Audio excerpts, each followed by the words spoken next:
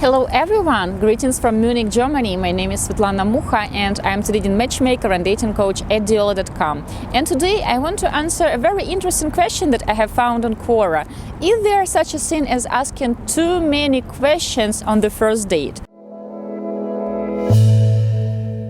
Actually, yes, you can absolutely ruin the first date with too many questions. And I will give an example to you. Let's assume a gentleman and a lady are having the first date, and it feels only natural to ask all the questions because you have read and listened to all these tips and advice that you have to be asking questions on the first date.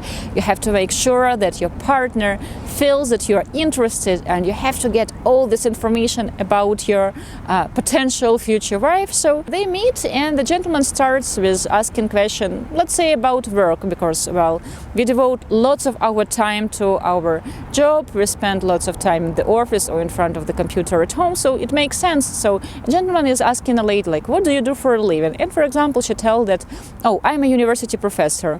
Okay, in which university do you teach? She tells that she teaches at this university. What do you teach? Okay, I teach economics. For how long do you work there? For 4 years. What did you do before that? I taught at another university. What was the name? For how long were you teaching there? Did you teach the same subject? Did you like it? So the lady answered that she loved it, and then it's her turn to ask questions, and pretty much she used a similar question like, what do you do for a living? Oh, you're a programmer. What company do you work for? Do you like it? What did you do before that? And they exchange these questions.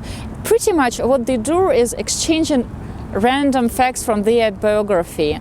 So for how long were you working there? What did you study in college?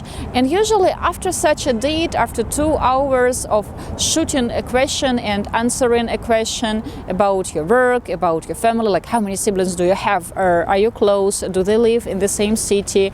How many times per year do you see each other? Usually after such a date, you feel drained and emotionally exhausted, and you don't actually remember half of what the gentleman or the lady was sharing with you, just some tiny bits, and you don't feel like going out again.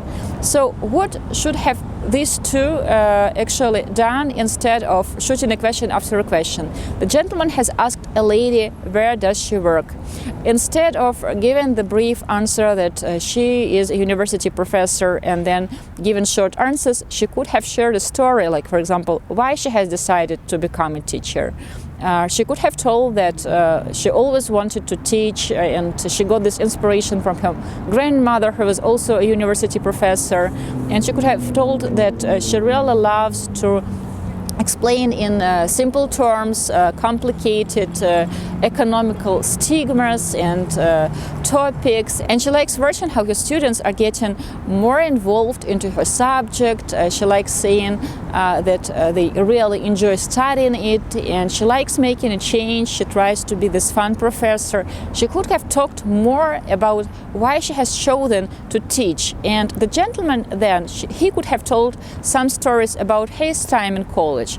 For example, a gentleman, instead of naming just the companies he worked for, he could have elaborated. Now he is working for this startup. Yes, it's new and he earns less than, for example, at the big company he worked before, but he wants to get this experience to see how the business grows from scratch, because he hopes that in several years he will open a similar company. Yes, it will be a small company, but he really wants to have business of his own, and he has all these ideas. So these two short stories, they give you more information about personalities and about lifestyle, about life goals of these two people than exchanging random facts like in which college they went or how many siblings they have. When you turn the first date into the marathon of questions, this is bad, because really you don't get to know the other person. You are just exchanging facts, and you don't have time to flirt, you don't have time for jokes. So instead of trying to cover all the possible topics, try to concentrate on two important topics. For example, you can talk about careers, you can talk about jobs, and you can talk about family, but don't try then to cover also all the favorites. I always recommend our clients to talk about favorites, but sometimes they take it a little bit too extreme, and then the date resembles this marathon of very similar questions like your favorite band, your favorite artist, your favorite book, your favorite movie, your favorite city to travel to.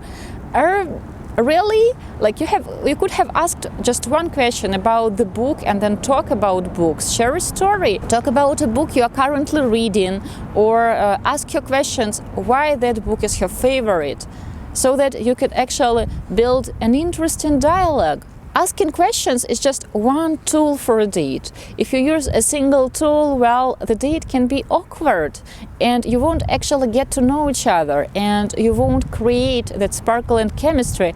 Yes, sparkle and chemistry, it is created by your actions, by your discussions, not only by the fact that she is blonde or by the fact that he is, for example, 1 meter and 85 centimeters tall. So my advice would be to choose 1-2 topics maximum. For example, like I have mentioned, talking about her job or your job, and for example education, or talking about family and let's say hobbies, and trying to cover this topic thoroughly, not in the sense that you will get all the information, when did you go to college, or for how many hours did you study their economics, but to actually get to know some stories, to understand her better, her values better, her dreams better. And also asking about dreams, it's always a great topic, because you can learn so much about a person by listening to what she or he wants to do with their life. So guys, I hope it was helpful, and I hope you won't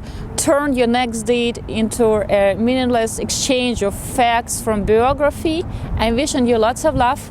Svetlana Mukhar, specially from Diolli.com, and I remind you that you can support our channel by becoming a sponsor, a special Diolli.com friends, and also don't forget to like this video and to subscribe to this channel at this exact moment.